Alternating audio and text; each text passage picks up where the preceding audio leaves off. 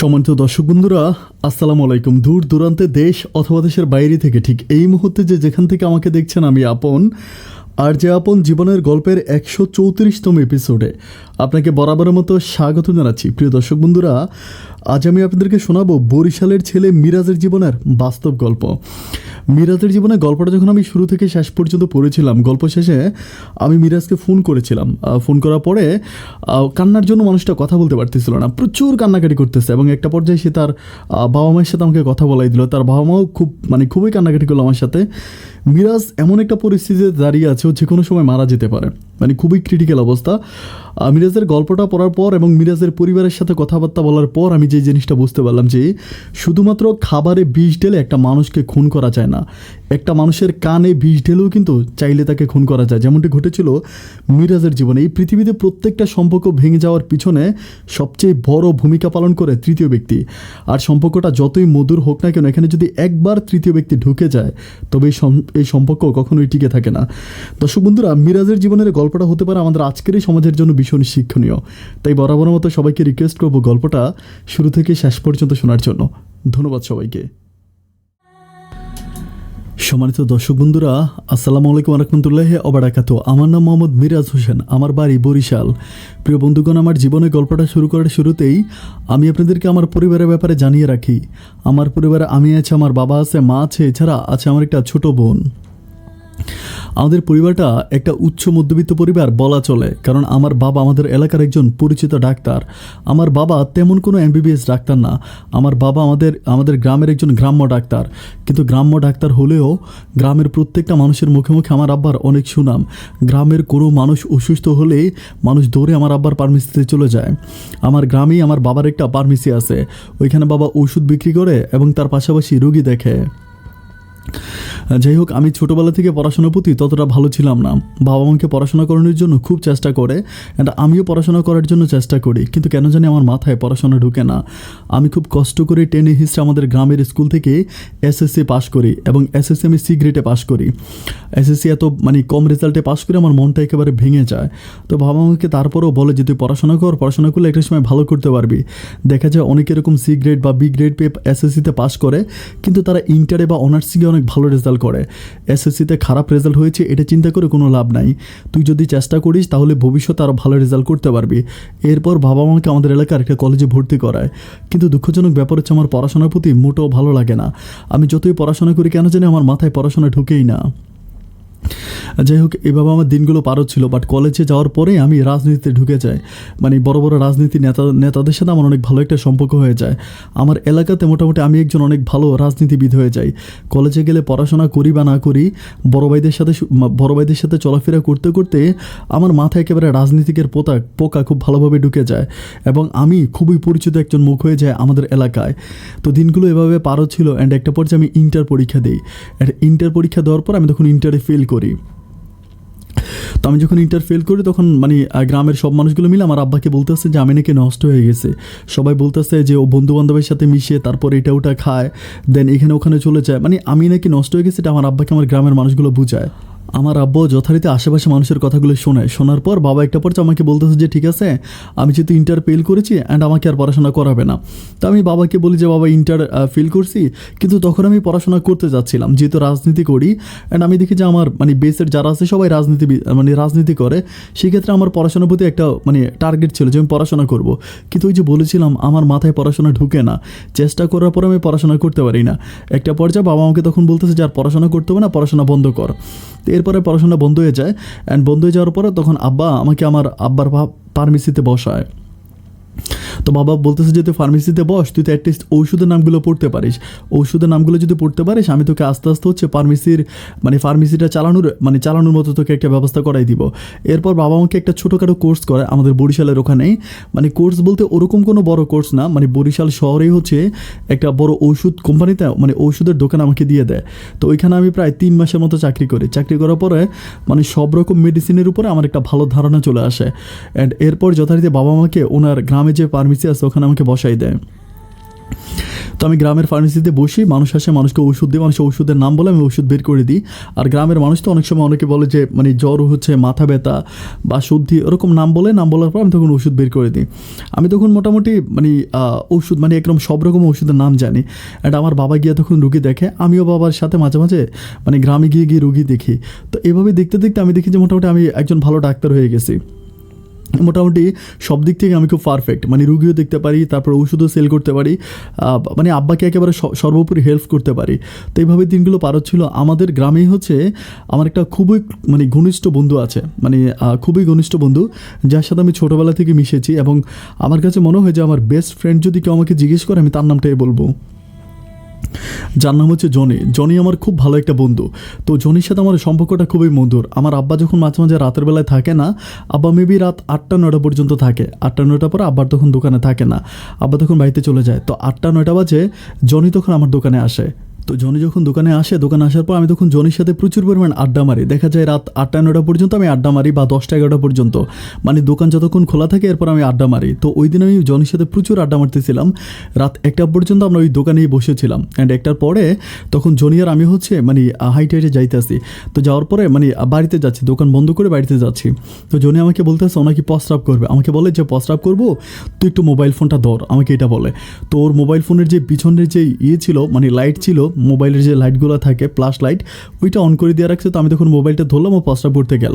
তো মোবাইলটা ধরার পর আমি হঠাৎ করে মোবাইলের ডিসপ্লের দিকে তাকালাম, অ্যান্ড ডিসপ্লের দিকে তাকায় আমি দেখলাম যে ওর মোবাইলের ডিসপ্লেতে মানে ডিসপ্লের মধ্যে খুবই সুন্দর একটা মেয়ের ছবি, মানে অপরূপ সুন্দর একটা মেয়ের ছবি। মেয়ের ছবিটা দেখার পর আমি খুব অবাক হয়ে গেলাম, মানে এত সুন্দর লাগতেছিল মেয়েটাকে যে চোখে না দেখলে বিশ্বাস করা যায় না। আমি তখন মানে অবাক দৃষ্টিতে মেয়েটার মুখের দিকে তাকিয়ে আছি। অ্যান্ড ও যখন প্রস্রাব করে আসার পর আমি তারা বলি যে দোস্ত কিছু মনে করিস না, তোর একটা কথা বলি, কারণ আমি জানি যে ওর ছোটো বোন আছে, অ্যান্ড হয়তো বা ওর ছোটো বোন 2টা আছে, ওরা কিন্তু নানা বাড়িতে থাকে, ওদেরকে কিন্তু আমি অত ভালোভাবে দেখি নাই। তো আমি চিন্তা করি যে নাকি ওর ছোটো বোনও তো হতে পারে, এটা ভয় পাই। তো আমি তারা বলি যে তোর একটা কথা বলি, তুই কিছু মনে করিস না, রাগ করিস না। তো আমাকে বলে যে না না, রাগ করবো কেন, কী হয়েছে বল। আমি বললাম যে তোর মোবাইলের ডিসপ্লেতে একটা ছবি দেখলাম, মানে ছোট একটা মেয়ে কিন্তু অনেক সুন্দর, এটা কে? পরে বলতেছে বন্ধু এটা আমার পাখি। আমি বললাম যে তোর পাখি মানে? বলে আমার গার্লফ্রেন্ড। আমি বললাম যে সত্যি তোর গার্লফ্রেন্ড? তো বললে যে না বন্ধু, আসলে গার্লফ্রেন্ড না, বাট গার্লফ্রেন্ড বানানোর জন্য ট্রাই করতেছি। তো আমি তারা বললাম যে মানে এত সুন্দর মেয়ে আমাদের এলাকাতে আমি তো কখনোই দেখি নাই, মানে কোথায়, বাড়ি কোথায়? তো আমাকে বলে যে তুই চিনবি না। আমি বললাম আরে বেটা বল না, তুই বললে তো হয়, তাই না, একটু বলতে পারিস না? পরে আমাদের গ্রামের পরে আরও 5-6টা গ্রামের একটা নাম বলে যে অমুক গ্রামের। তাই আমি বললাম যে ওই গ্রামের মেয়ে এত সুন্দর। তাই আমি বললাম যে মেয়েটা কিসে পড়ে? বলে যে ক্লাস 8-এ পড়ে। আমি কী বলিস, ক্লাস 8-এ পড়ে? দেখলে মনে হয় যে ক্লাস 9-10-এ পড়ে, একটু বড়ই দেখা যায়। তাই বললাম যে ক্লাস 8-এ পড়ে, এত সুন্দর মেয়ে কোথায় পড়ে? তো বলে যে মাদ্রাসায় পড়ে। আমি বললাম বলে আল্লাহ, মানে মাদ্রাসায় পড়ে কিন্তু মেয়েটার এত সুন্দর লাগতেছে। তো আমি তখন তারা আমার বন্ধুরা আমি বলতেছিলাম যে বন্ধু আমাকে একটু মেয়েটাকে দেখাবি। আমার বলে যারা আমার গার্লফ্রেন্ড, তোরে কেমনে দেখাই? আমি বললাম যে এখনও তো তোর গার্লফ্রেন্ড হয় নাই, তাই না, তো আমাকে দেখা দিতে কোনো আপত্তি নেই। তো আমাকে বলে যে আচ্ছা ঠিক আছে, তোরা দেখা মনে। তো আমি তারা বলেছি কেমনে দেখাইতে পারবি তুই আমারে বল। মানে আমি যেন মেয়েটাকে দেখার জন্য একরকম পাগল হয়ে গেছি। আমি আমার বন্ধুরে বারবার বলতেছি যে কোনো কিছুর বিনিময় হোক আমি একটু মেয়েটাকে দেখবো। তো তখন আমি ওরা বলতেছি যে তুই আমাকে কীভাবে দেখাবি, তুই আমাকে একটু বল। তো আমাকে বলে আচ্ছা ঠিক আছে তোরা দেখাবো। তো এইভাবে 1 দিন 2 দিন করে অনেকগুলো দিন পার হয়ে যায়, কিন্তু আমাকে আর দেখায় না। আজ দেখাবো কাল দেখাবো এরকম বলে বলে ও আমাকে খালি ঘুরায়। বাট ও যে ঘুরে আমি কিন্তু এটা বুঝতে পারি, ও যে আমাকে দেখাবে না, বাট আমি এটা বুঝতে পারি ও আমাকে ঘুরায় যে আজকে দেখাবো কালকে দেখাবো এরকম করে করে। তো দিন যত যাচ্ছে আমার মেয়েটার প্রতি মায়াটা মানে অনেক বেড়ে যাচ্ছে। আর আমি তখন আমার মোবাইলের মানে ওর মোবাইলের ডিসপ্লে থেকে, আমি তো ওর মোবাইলের লক খুলতে পারি না, মোবাইলে লক ছিল। তো আমি আমার মোবাইল থেকে মেয়েটার একটা ছবি উঠে রাখি, মানে আমি আমার মোবাইলে ওর মোবাইলের ডিসপ্লের ছবি উঠাই, উঠানোর পর তখন মেয়েটার একটা ছবি আমার কাছে থাকে।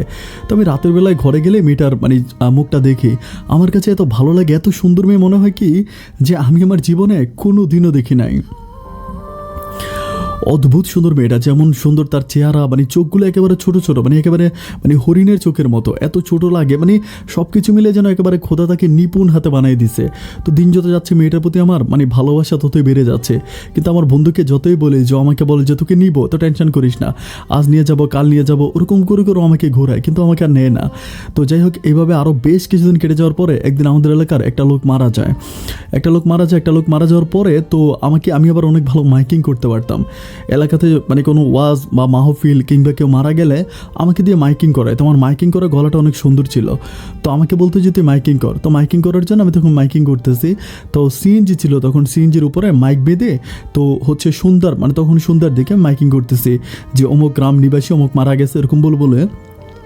তো বলতে বলতে আমার বন্ধু যে গ্রামে বলছিল ওই মানে ওই মেয়েটার মানে যে বাড়ি ছিল মানে যে গ্রামটা ছিল ওই গ্রামের ভিতরে যখন সিএনজিটা যায় তখন সিএনজিটা হঠাৎ করে নষ্ট হয়ে যায়। মানে ওইখানে পানি ছিল, পানি মানে আমার কাছে মনে হয় যে পুকুর শেষ দিছিল, এই জন্য মানে রাস্তার ভিতরে পানি ছিল। তো পানির মধ্যে মনে হয় সিএনজিতে ব্যাটারি লাগে না কি জানি হয়, সিএনজিটা বন্ধ হয়ে যায়। বন্ধ হয়ে যাওয়ার পরে আমরা তখন সিএনজিকেটাকে ঠেলে ঠেলে মানে সামনের দিকে আনার পরে তখন আমার এত টায়ার্ড লাগতেছিল আর মাইকিং করতেছিলাম তো গলাও শুকিয়ে গেছে। আর দেখা যায় কি মাইকিং করতে কিন্তু অনেক কষ্ট হয়, গলাটা একেবারে শুকিয়ে গেছে। তো তারপর আমি আমার ওই সিএনজি ড্রাইভারকে বলতেছি যে ভাই গলা শুকিয়ে গেছে, একটু পানির ব্যবস্থা করেন। উনি আমাকে বলে যে আপনি যান ওই গ্রাম ওই বাড়িতে যান, বাড়িতে গেলেই তো পানি পাবেন। তো তখন রাত প্রায় 8টার মতো বেজে যায়, 8টার মতো বাজে। তো আমি তখন ওই বাড়ির ভিতরে যাই, বাড়ির ভিতরে যাওয়ার পরে বলি যে বাড়ি থেকেও আসেন, একটু পানি খাওয়াইতে পারবেন। এটা বলার পরে একটা ভদ্রমহিলা বেরিয়ে আসে, আইসা আমাকে বলতেছে যে বাবা ঘরে আইসা বসো, তুমি কে, তোমাকে তো চিনি না। তো আমি বললাম যে আমি ওই মাইকিং করতেছি, তো একটা লোক মারা গেছে আমাদের গ্রামের, তো এখন মানে পানির পিপাসা পাই সেই জন্য আসছি। তো বলে তুমি ঘরে আসো। তো ঘরে যাওয়ার পরে আমি যখন পানি পান করি আমাকে পানি এনে দেয়, পানি পান করে যখন বের হয়ে যাচ্ছিলাম অ্যান্ড তখন আমি দেখি যে বারান্দার ভিতরে সেই মেয়েটা বসে আছে, যে মেয়েটার ছবি আমার ফোনের ডিসপ্লেতে রাখা। আমি তখন সাথে সাথে মোবাইলটা বের করে ছবিটা মিলিয়ে দেখি যে আমি বলি যে হ্যাঁ একেবারে সেম মেয়ে। তখন আমি ওখানে দাঁড়ায় মানে ওই মহিলাটা কিন্তু অনেক ভালো আছে। আমি বলি আন্টি বলে ডাক দেওয়ার পর উনি তখন আসে। আমি বললাম যে আন্টি মানে আপনার সাথে একটু কথা বলতে পারি, আমি একটু নিজেই বলি। তো উনি বলে যে হ্যাঁ বলো। আমি বললাম যে আপনি হয়তো আমাকে চিনবেন, আমি অমুক গ্রামের অমুকের ছেলে, আমি হচ্ছে ডাক্তার এটা বলি। তো উনি কিন্তু আমাকে চিনতে পারে। উনি বলে যে হ্যাঁ তোমার আব্বাকে তো আমি চিনি, তো তোমার আব্বা তো মাঝে মাঝে আমাদের গ্রামে এসে রুগী দেখে। তো আমি বলি যে মানে আপনার মেয়েটা কিসে পড়ে, মানে ডাইরেক্ট জিজ্ঞেস করার পরে উনি তখন একটু মানে আমার থেকে অন্যভাবে তাকায়। আমি বললাম যে আন্টি কিসে মানে আপনার মেয়েটা কিসে পড়ে, বলে যে ক্লাস 8-এ পড়ে মাদ্রাসায়। তখন আমার একেবারে কনফার্ম হয়েছে, মানে 100% কনফার্ম। ছবিতে যদিও একটু ঘোলা লাগতেছিল, বাট মেয়েটাকে মুখের দিকে তাকায় এবং তার মায়ের কাছ থেকে যখন শুনলাম যে ক্লাস 8-এ মাদ্রাসায় পড়ে, তখন আমি কনফার্ম হয়ে গেলাম যে এই মেয়েটার কথা আমার বন্ধু বলেছে। আমি তখন অপলক দৃষ্টিতে তার মুখের দিকে তাকিয়ে থাকি, ব্যাপারটা তার মা বুঝতে পারে অ্যান্ড তার মা আমাকে বলে যে তুমি কি আমার মেয়েকে চিনো। আমি বললাম যে না আপনার মেয়েকে আমি চিনি না, বাট আমার কাছে মনে হচ্ছে না কোথায় দেখেছিলাম। তখন মেয়েটা একটু দুষ্টামি করে বলে যে এরকমই সুন্দরী মেয়ে দেখলে খুব পরিচিত মনে হয়, এটা বলে তখন এখান থেকে চলে যায়। আমি তখন অনেকে জিজ্ঞেস করি যে দেখছেন আপনার মেয়ে কত শয়তান। তুমি বলতেছে যে বাবারে ও তো কখনো কার সাথে এরকম কথা বলে না, কেন জানি তোমাকে এরকম কিছু মানে তোমাকে এই কথাটা বলে ফেললাম। এরপর আমি তখন চলে আসি। আসার পরে আমি আর মানে আমার ওই যাই হোক মাইকিং টাইকিং শেষ করে পরের দিন আমি সকালবেলা দোকান খুলি। আমার বন্ধু জনি কিন্তু আসে। আমি আমার জনিকে কিছুই বলি না, মানে আমার বন্ধুকে কিছুই বলি না, কারণ জনি তো আমাকে নিবে বলে বেশ কয়েকদিন ঘুরাইছিল। তো এখন আমার কথা হচ্ছে আমি তো মেয়ের ঘর চিনে গেছি, তাই না, আমি তো ঘর চিনে গেছি, তার বাড়িও চিনে গেছি, এখন আর আমার জনির দরকার নাই। তো তখন আমি আর মানে এই মেয়ের ব্যাপার নিয়ে জনির সাথে আর কোনো কথা বলি না। আমি তখন শুধু ট্রাই করতেছি যে কীভাবে তার পরিবারের মধ্যে ঢোকা যায় কিংবা তার পরিবারের সাথে কথা বলা যায়। যখন ওদের গ্রাম থেকে মাঝে মাঝে আমাদের এদিকে যখন মানুষ আসে মানে ঔষধের জন্য এটা সেটার জন্য, আমি তখন মানে বারবার আমার আব্বার বলি যে আব্বা অমুক গ্রামে যদি কোনো রুগী থাকে তাহলে তুমি আমার পাঠাও, এটা বলি। তো আমার আব্বা বলে কেন, অমুক গ্রামেই রুগী থাকলে তোকে পাঠাইতে হবে কেন। আমি তখন আবার বলি যে ওই গ্রামে আমার কিছু বন্ধুবান্ধব আছে তো এই জন্য।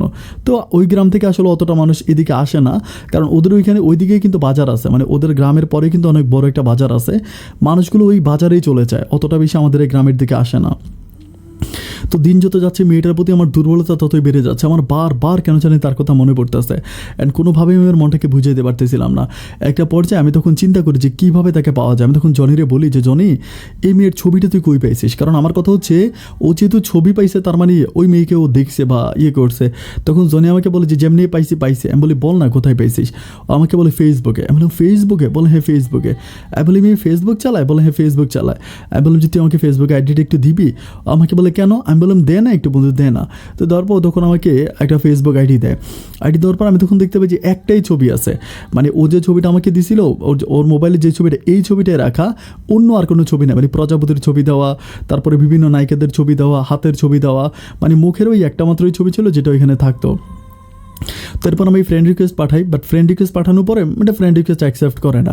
মানে অনেক দিন পর্যন্ত ঝুলে থাকে, প্রায় 10-15 দিনের মতো, বাট ফ্রেন্ড রিকোয়েস্ট অ্যাকসেপ্ট করে না। আর এরই মাঝে কিন্তু আমি বেশ কয়েকবার ওদের এই বাড়ির আশেপাশে গেছিলাম, মানে বাড়ির আশেপাশে হাঁটতেছিলাম, বাট মেয়েটাকে আমি দেখার জন্য একটু, কিন্তু না, আমি যতই তার বাড়ির আশেপাশে যাই তাকে দেখি না। মেয়েটা একটু পর্দা টাইপের, তো মানে একটু নামাজ পড়ে বা হচ্ছে মাদ্রাসায় পড়ে, ওই হিসাবে একটু পর্দা করে চলে। অ্যান্ড মানে প্রোফাইলে ওর যে ছবিটা ছিল ওই ছবিটা কিন্তু প্রোফাইলে ছিল না, মানে কভার পিকে ছিল। মানে কভার পিকে ছবিটা রাখছে, কেন এটা ছবিটা রাখছে এটা আমি নিজেও বুঝি না। তো যাই হোক, এরপরে আমি তখন মানে আমার মানে যখন রিকোয়েস্ট পাঠাই, রিকোয়েস্ট অ্যাকসেপ্ট করে না, পরে আমি তখন একটা মেয়ের আইডি খুলি, মানে একটা মেয়ের আইডি খুলি আমি তখন মানে আমি তার ফ্রেন্ড রিকোয়েস্ট পাঠাই। পাঠানোর পরে তাও সে অ্যাকসেপ্ট করে না। পরে মেসেঞ্জার গিয়ে বলি যে বোন তোমার সাথে আমি একটু কথা বলবো, মানে এটা বলি একটা মেয়ের আইডি থেকে। তখন এটা বলি, যেদিন লিখি তার পরের দিন মেয়েটা আমাকে রিপ্লাই করে। মানে রিপ্লাই করার পরে বলতেছিল যে মানে বলছে, মানে রিপ্লাই করেছে আসসালামু আলাইকুম, খুব সুন্দর করে বলে। আমি লিখে যে ওয়ালাইকুম আসসালাম। তো জিজ্ঞেস করতেছে আপু আপনি কে? আমি বললাম যে বোন তোমার সাথে আমি একটু কথা বলতে পারি? তো বলে যে হ্যাঁ ঠিক আছে বলতে পারেন। তো তখন আমাকে বলেছে আপনি আমাকে কল দেন, মেসেঞ্জারে কল দেন। তো তখন আমি চিন্তা করি আল্লাহ, মেসেঞ্জারে কল দিলে তো ধরা খেয়ে যাব, কারণ আমি তো মেসেঞ্জারে কল দিয়ে কী কথা বলবো। তো আমি বলেছি আচ্ছা ঠিক আছে, আমি তোমার সাথে পরে কথা বলবো, এটা বলে আমি তখন স্কিপ করি। অ্যান্ড এরপরে মেয়েটার সাথে আমি মেসেজে কথা বলি, মানে মেসেজে মাঝে মাঝে কেমন আছেন, ভালো আছেন কিনা, কী করতেছেন আমাকে জিজ্ঞেস করে। আমি তখন বলেছি আমার বাড়ি ঢাকাতে। আমি বললাম যে ঢাকাতে। তো জিজ্ঞেস করে যে আমাকে কীভাবে পাইছেন। আমি তখন বলেছি আমার একটা বান্ধবী ছিল, তার বিয়ে হয়ে গেছে, আমার ওই বান্ধবীর চেহারাটার মতো তোমার চেহারাটা, এই জন্য আমি তোমাকে ফ্রেন্ড রিকোয়েস্ট পাঠাইছি, তোমার চেহারাটা আমার অনেক ভালো লাগছে। তো ও আবার লেখে যে মানে একটাই ছবি ছিল প্রোফাইলে, এটাই আপনার বান্ধবীর সাথে মিলে গেল। মানে অনেক কথাবার্তা বলে মেসেঞ্জারে। তো এইভাবে কথাবার্তা বলতে বলতে একদিনও আমাকে কল দেয়, কল দিয়ে বলে যে আমি তোমার সাথে একটু কথা বলবো, মানে ও আমাকে বলে। তো ও তো মনে করেছে আমি একটা মেয়ে। তখন আমি মানে একটু বিপাকে পড়ে যাই, কারণ আমি তো আর তার সাথে কথা বলতে পারবো না। আমি তখন তাকে SMS লিখি যে আমার পরিবার থেকে জানা না যে আমি মোবাইল চালাই, এটা জানলে কিন্তু আমার পরিবার আমার কাছ থেকে মোবাইল নিয়ে যাবে। মানে আমার পরিবারটি ইসলামিক পরিবার, ওখানে মোবাইল বা ফেসবুক এগুলো এলাও না। তো আমাকে বলতেছে আমিও কিন্তু মানে অনেক ভালো একটি ইসলামিক পরিবারে, আমার পরিবার থেকেও মোবাইল বা ফেসবুক এগুলো এলাও করে না, আমিও কিন্তু চুরি করে চালাই। তো যাই হোক, এরপরে আমি তার সাথে ওভাবে মানে মেসেঞ্জারে কথা বলতে বলতে, বাট সে আমার সাথে কথা বলবে, মানে আমাকে বলে যে যখন সুযোগ পাবেন তখনই আমাকে একটু কল দিবেন, আমি আপনার সাথে একটু কথা বলবো। তো যাই হোক, এরপরে আমি আমার ছোটো বোনটাকে ঠিক করি। আমার ছোটো বোনটাকে আমি মানে কোনোভাবে একদম বুঝে টুঝে রাজি করাই। আমার ছোটো বোনটা তখন ক্লাস 9-এ পড়তো। আমি আমার বোনটারে বলি যে বোন যেমনিই পারিস তুই একটু মানে মেয়েটার সাথে একটু কথা বল। আমার ছোটো বোনকে যেভাবে বুঝায় আমার ছোটো বোন বুঝতে পারে। এরপর আমি কল দিই, কল দেওয়ার পরে তখন ওই মেয়েটা আমার ছোটো বোনের সাথে কথা বলে। আমি ছোটো বোনকে যেভাবে শিখিয়ে দিই আমার ছোটো বোন ওভাবেই কথা বলে, যে আমাদের বাড়ি হচ্ছে এইটা, মানে আমার ছোটো বোন ওভাবে বলে, মানে ঢাকার পরিচয় দেয়, ঢাকার পরিচয় দিয়ে কথা বলে। তো কথা বলতে বলতে ও কিন্তু আমার ছোটো বোনের সাথে বেশ কিছুক্ষণ কথা বলে, মানে মেসেঞ্জারে কথা বলে, এরপরে লাইনটা কেটে দেয়। তো আমি কিন্তু তাকে বলি, এরপর আমি মেসেজ লিখেছি আমি কিন্তু তোমার সাথে সবসময় কথা বলতে পারবো না, আমি তোমার সাথে মেসেঞ্জারে কথা বলবো। তো ওরকম মেসেঞ্জারে তার সাথে আমি কথা বলি। তো আমার কাছে ছবি চাই, এখন ছবি চাইলে আমি কিন্তু আমার ছোটো বোনের ছবি দিই, মানে আমার ছোটো বোনের ছবিগুলোকে একটু এডিট করে দিই, মানে যাতে চিনা না যায়, মানে ভালোভাবে এডিট করি যাতে কোনোভাবে চিনতে না পারে। তো ছবি এডিট করে ওভাবেই দিই। আরও আমার ছোটো বোনকে চেনার কথাও না, কারণ ওদের গ্রামে আমাদের গ্রামের মধ্যে অনেক ডিস্টেন্স, মানে মধ্যে প্রায় বড় বড় আর 3টা গ্রাম, আমাদের এদিকেও কখনো আসেও না, আর আমাদের এদিকেও মানে কখনো ওদের আসেই হয় না। তো এরপরে যাই হোক, এভাবে কথা বলতেছে প্রায় আরও 6 থেকে 7 মাসের মতো কেটে যায়। দিন যত যাচ্ছে তার প্রতি আমার কষ্টের পরিমাণটা ততই বেড়ে যাচ্ছে। মানে আমার কথা হচ্ছে আমি যে কোনো কিছুর বিনিময়ে তাকে আমি চাই, তাকে ছাড়া অন্য কিছু চিন্তা করার সময় যেন আমার নাই। এরপরে আমি করি কি, আমি আমি তাকে বলি যে আমি তোমার সাথে একটু দেখা করবো, এটা বলি। তো আমাকে বলে যে আমি তো বরিশালে থাকি, আপনি ঢাকাতে থাকেন, মানে তুমি ঢাকাতে থাকো, কীভাবে দেখা হবে। আমি বললাম যে আমি তোমাদের বাড়িতে যাব, এইটা বলি। তো ও বলে আচ্ছা ঠিক আছে তাহলে আমাদের বাড়িতে আসো, আমার আব্বা তো বিদেশে থাকে, আমার মা থাকে আর আমি আছি, এটা বলে। বলেছে আমার একটা ছোটো বোন আছে, আমি আছি আর আমার মা আছে। তো তখন আমি বলেছি আচ্ছা ঠিক আছে আমি তোমাদের বাড়িতে যাব। তো এরপর আর 2-3 দিন পর আমি চিন্তা করি যে কীভাবে যাব। আমি আমার ছোটো বোনটাকে খুব পরিপূর্ণভাবে রেডি করাই। আমি তারা বলি যে এমনি এমনি তুই যাবি, তুই গিয়ে কথা বলবি, আমি তোর সাথে যাব, মানে ওভাবে আমার ছোটো বোনকে ম্যানেজ করি। কিন্তু আমার ছোটো বোন বলতেছে যে না ভাই, আমি যদি ধরা খেয়ে যাই বা ও যদি কোনোভাবে ওদের বাড়ি কেউ যদি আমাকে চিনে যায়, আমি তোর বললাম যে তোর চিনবে কী করে, তোকে চিনার তো কোনো লাইন নেই, ও মাদ্রাসায় পড়ে আর তুই স্কুলে পড়িস, আর ওদের গ্রাম আমাদের গ্রামে অনেক দূরত্ব, এত দূর থেকে কখনোই চিনতে পারবে না। বোন না ভালো, তুই আমার রিকোয়েস্ট একটু রাখ। এরপর একটা পর্যায়ে আমার বোন রাজি হয়, কিন্তু আমার বোন বলতেছে আমি কিন্তু মানে 1 ঘন্টা থাকবো, 1 ঘন্টা পরে চলে আসবো, আমি 1 ঘন্টা থেকে 1 ঘন্টা পরে চলে আসবো। তো আমি তারে বলি যে তুই 1 ঘন্টা থেকে চলে আসবি, তাইলে মানে কেমন দেখা যায়।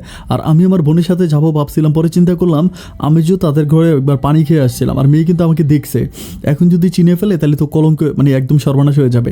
এটা ভেবে আমি আর যাই না, আমি আমার বোনকেও করি কি মানে তুই, আমি বলি যে তুই মেয়েটার সাথে কথা বল, অ্যান্ড কথা বলি তুই তখন বলবি যে তুই মানে তোর একটা পরিচিত বরিশালে একটা পরিচিত আত্মীয়র বাড়িতে আসছিস, এখন মেয়েটার সাথে দেখা করতে আসছিস।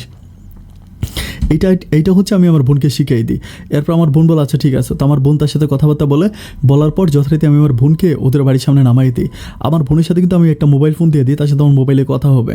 এরপর আমার বোন যাওয়ার পর ওদের পরিবার মানে ওর মা আমার বোনকে প্রচুর পরিমাণ আদর আপ্যায়ন করে, মানে অনেক ভালো আদর আপ্যায়ন করে, ঘরে নিয়ে যায়, খাওয়া দাওয়া করায়, ঢাকাতে বাড়ি কথা এগুলো জিজ্ঞেস করে, মানে প্রচুর কথাবার্তা বলে। আমার বোন কিন্তু তখন মানে প্রচুর ভয়ে থাকে, ও চিন্তা করে আল্লাহ আমাকে যদি কোনোভাবে চিনে যায় তাহলে তো সর্বনাশ হয়ে যাবে।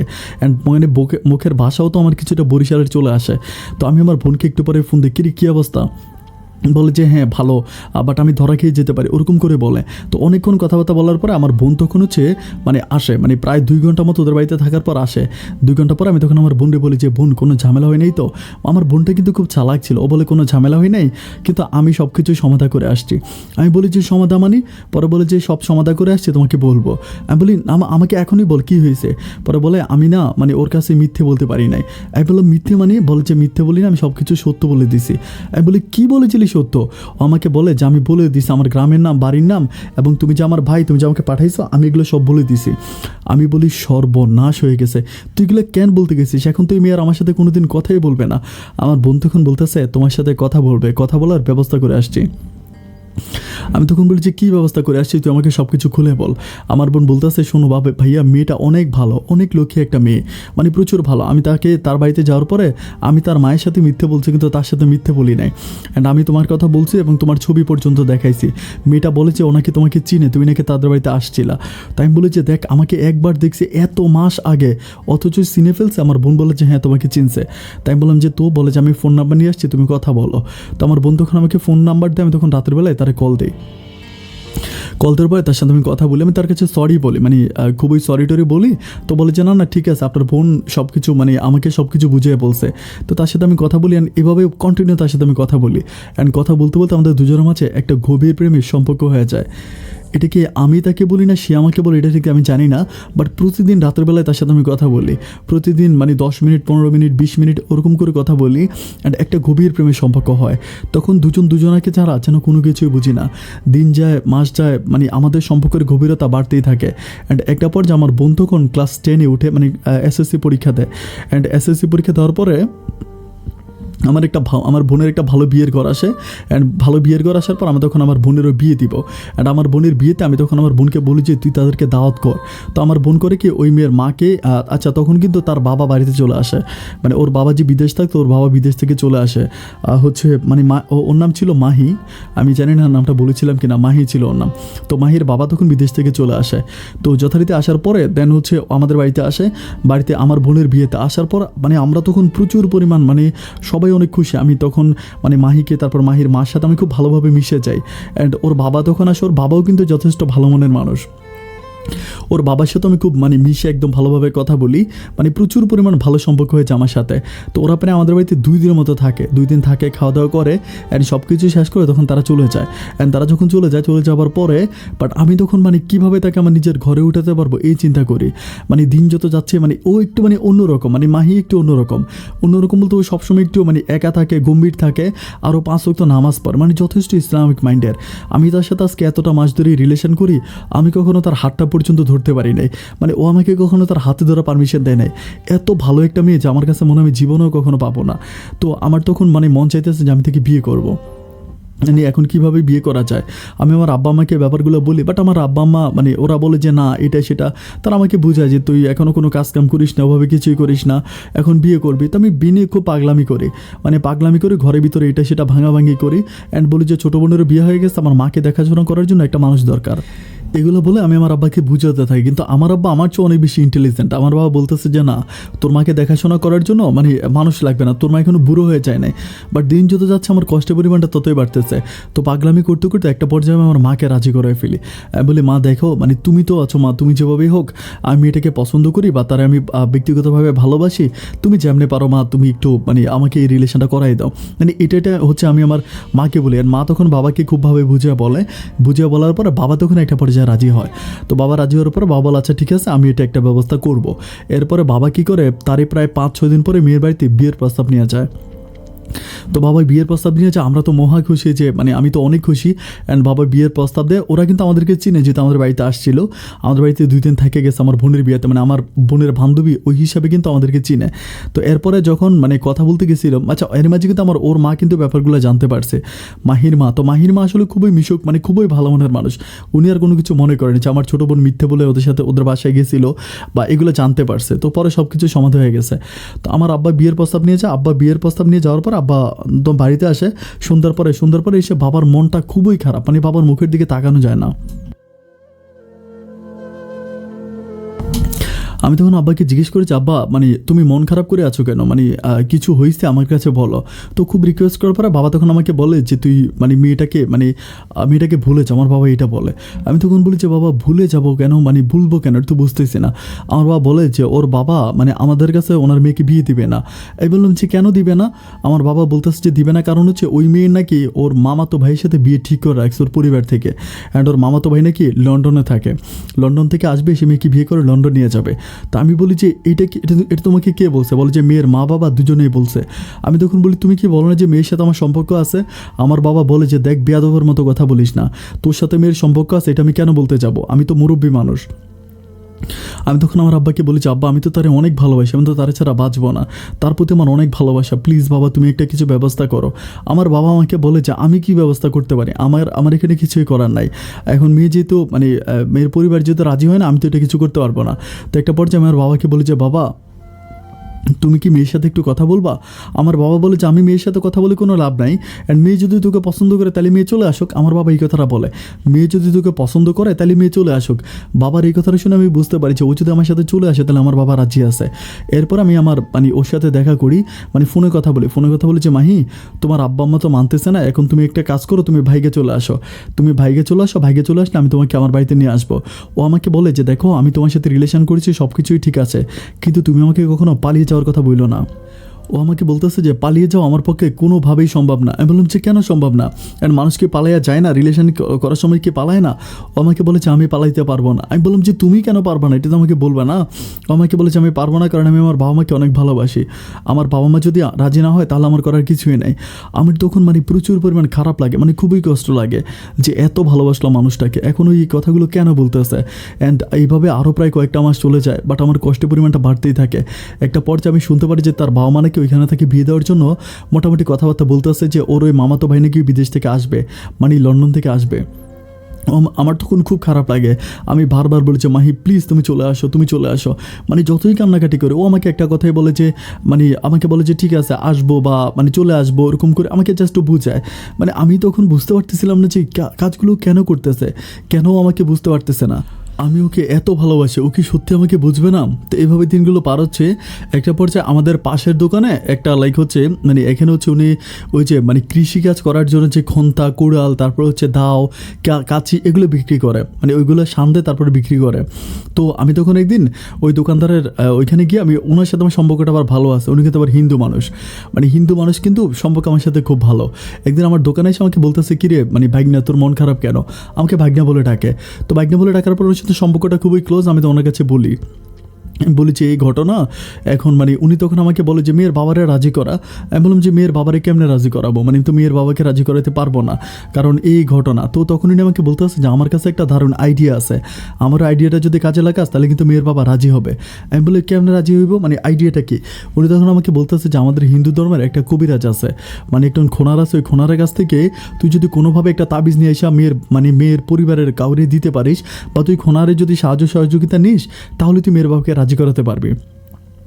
আমি তখন একরকম দিশেহারা থাকি, মানে যে আমাকে যেটা বলবো আমি সেটাই শুনি। আমি তখন বলি যে ওই খোনারের বাড়ি কোথায়, তখন উনি আমাকে একটা ঠিকানা দেয় যে ওনার শ্বশুর বাড়ির। বলে যে আমার শ্বশুর বাড়িতে এবং অনেক কাজ হয় এরকম, মানে প্রেম বিচ্ছেদ বা ভালোবাসা এগুলো দিয়ে মানে প্রচুর কাজ হয়, মানে উনি কিন্তু অনেক ভালো একজন কবিরাজ, আমাকে এটা বুঝিয়ে বলে। আমি তখন বলি যে একদিন আমাকে ওইখানে নিয়ে চলেন, আমাকে একদিন ওখানে নিয়ে চলেন, যদি কাজ হয় তাহলে আমি কাজ করবো, এটা আমি ওনাকে বলি। তো উনি আমাকে বলতেছে যে আচ্ছা ঠিক আছে, ওনার নাম ছিল নিমাইদা।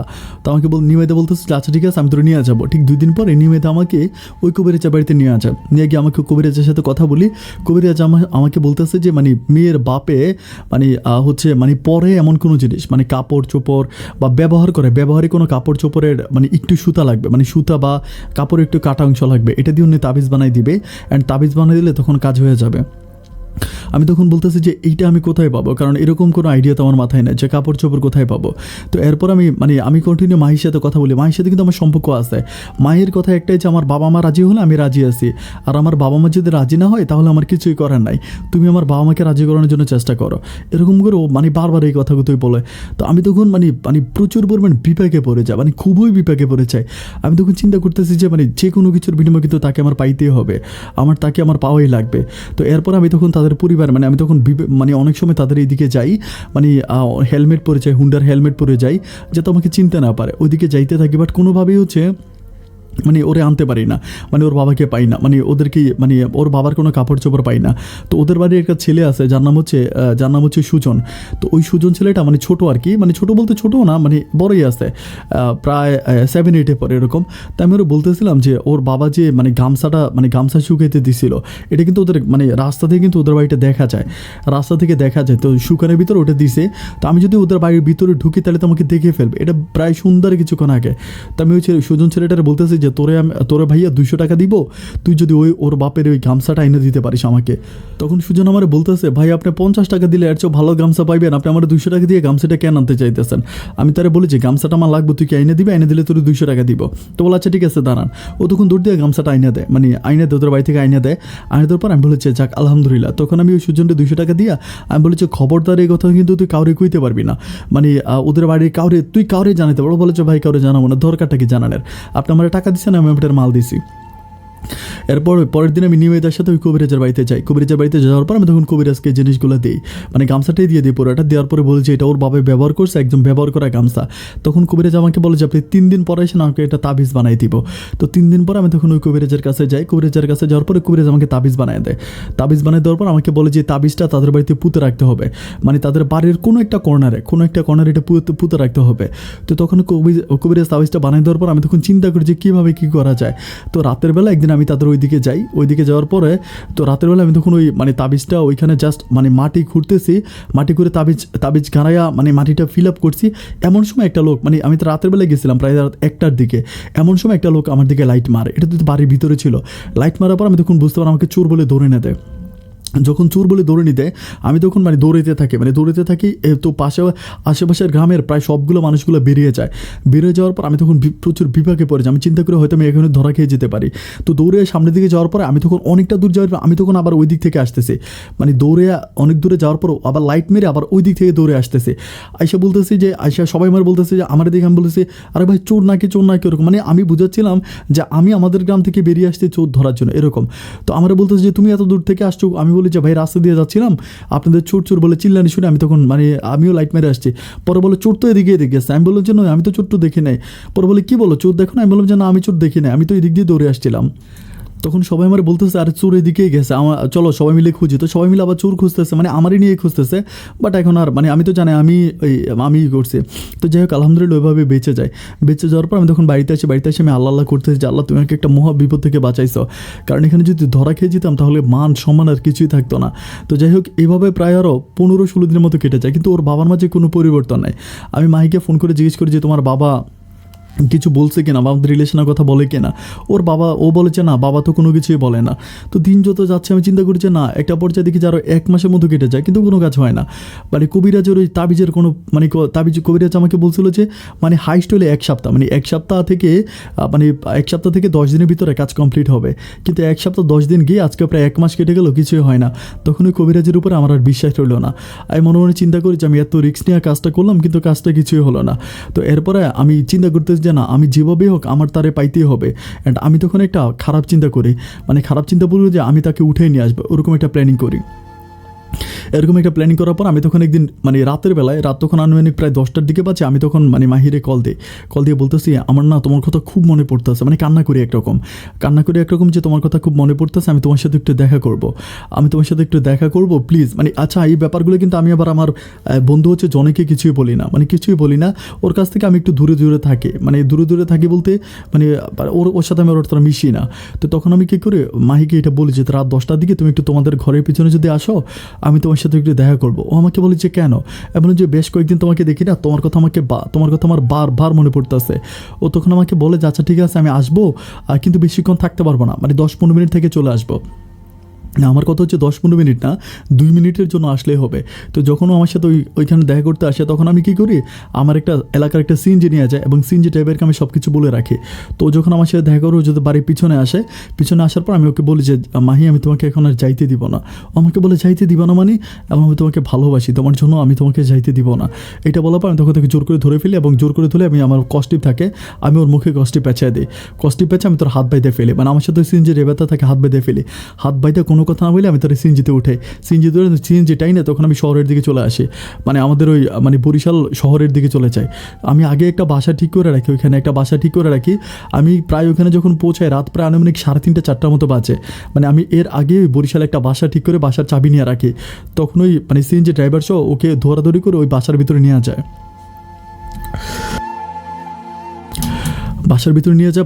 মানে ও কিন্তু প্রচুর পরিমাণ চিল্লে করতেছে, মানে হাত খোলার জন্য, মুখ খোলার জন্য খুব কান্নাকাটি করতেছে। তো বাসায় যাওয়ার পর আমি তখন দরজা জানালা সব কিছু লাগে, আমি তখন ওর মুখ খোলার পর তখন প্রচুর পরিমাণ কান্নাকাটি করতেছে, প্রচুর চিল্লে করতেছে। আর আমাকে বলতেছে তোমাকে আমি বিশ্বাস করছিলাম, ভালোবাসছিলাম, কিন্তু এটা প্রতিদিন তুমি আমাকে এইভাবে দিলা। ও খুবই কান্নাকাটি করে। আমি তখন তারে বলতেছি যে আমি অন্যায় বা অপরাধ কোনো কিছুই করি নাই, আমি তোমাকে ভালোবাসি, আর আমি যা কিছু করেছি আমার ভালোবাসার মানুষকে পাওয়ার জন্যই করেছি। দেখো তোমার পরিবার তোমাকে আমার কাছে বিয়ে দেয় না, আমি তো কোনো অন্যায় করি নাই, কোনো অপরাধ করি নাই, আমি তোমাকে না পাইলে মইরা যাবো, এখন আমি কী করবো তুমি আমাকে বলো। ও আমাকে বলে যে তোমার 2টা পায়ে ধরে তুমি আমাকে বাড়িতে দিয়ে আসো। আমি বললাম তোমাকে বাড়িতে দিয়ে আসার জন্য এত রিস্ক নিয়ে আমি তোমাকে নিয়ে আসি নাই, আমি এটা কোনোদিনও পারবো না। আমাকে বলেছে তাহলে তুমি কী করবা? আমি বললাম যে আমি তোমাকে বিয়ে করবো। ও বলে এটা তুমি কেমন কথা বলতেছো? আমি বললাম যে হ্যাঁ আমি তোমাকে বিয়ে করবো। তো আমি তারা ছেড়ে যাই না, আমি সিএনজি ড্রাইভারটাকে একদম কন্টিনিউ আমার সাথে রেখে দিই, মানে আমাদের খাবার দাবার দরকার হলেও তখন খাবার দাবার এনে দেয়, ও আমার সাথে সম্পূর্ণ থাকে। দেখতে মানে অনেকটা টাইম কেটে যায়, প্রায় মানে বিকেল হয়ে যাওয়ার পরও মাহি খুবই কান্নাকাটি করতেছে, মানে প্রচুর কান্নাকাটি করতেছে, তুমি আমার বাড়ি দিয়ে আসো। আমার আব্বা আম্মা চিন্তা করতে মনে হয় মরে যাইতেছে, আমার আব্বা আম্মা মরে যায়, ওর আব্বা আম্মার কথা ভেবে খুব কান্না করে। আমি তখন তারে বললি যে দেখো আমি তোমাকে ভালোবাসি বলে কিন্তু কাজগুলো করতেছি, আমি তোমাকে ছাড়বো না, তুমি যতই কিছু বলো। মানে ঘরের ভিতরে ওকে আমি আটকায় রাখি, মানে ওর হাতের বাঁধন কিন্তু আমি খুলি না, মুখের বাঁধন খুলে হাত মানে খাওয়াই দিই। অ্যান্ড বাথরুমে যাইতে হলে আমি তখন বাথরুমের দরজাগুলোকে বাথরুমে ঢুকিয়ে দিই, অ্যান্ড বাথরুম শেষ হলে আবার ওখান থেকে নিয়ে আসি। মানে কোনোভাবে আমি ওকে ছাড়তেছি না। এভাবে দেখতে রাত হয়ে যায়। রাত হয়ে যাওয়ার পর আমি তখন চেষ্টা করেছি, কোনোভাবেই কিছু করতে পারি না। তো তখন আমি ওর ঘরের মধ্যে আটকায় রেখে আমি কিন্তু ওর কাছ থেকে মানে মোবাইল যেটা ছিল এটা আমি নিয়ে গেছি। তো আটকে রেখে পরে আমি সিএনজি ড্রাইভারকে বলি যে ভাই কী করা যায় তুই আমার বলতো। সিএনজি ড্রাইভার আমার বলে যে ভাই সোজা আঙ্গুলে ঘি উঠবো না, আঙ্গুলটা একটু ব্যাকা করেন। মানে সিএনজি ড্রাইভার বলতো যদিও সিএনজি ড্রাইভার, ওকে তো আমাদের বন্ধু বান্ধবের মতো, মানে আমরা ফ্রেন্ডলি মিশি। তো আমার বলে যে ভাই আঙ্গুলটা একটু বাঁকা করেন। আমি বলে যে আঙ্গুল বাঁকা করবো কীভাবে? আমার বলে যে আপনি মানে মেয়েরা অন্যভাবে ট্রাই করেন, মানে আপনি মেয়েরা ইউজ করেন, আমাকে এটা বলে। আমি বললাম দূর বেটা, বিয়ে করি নে, এটা কী করা ঠিক হবে?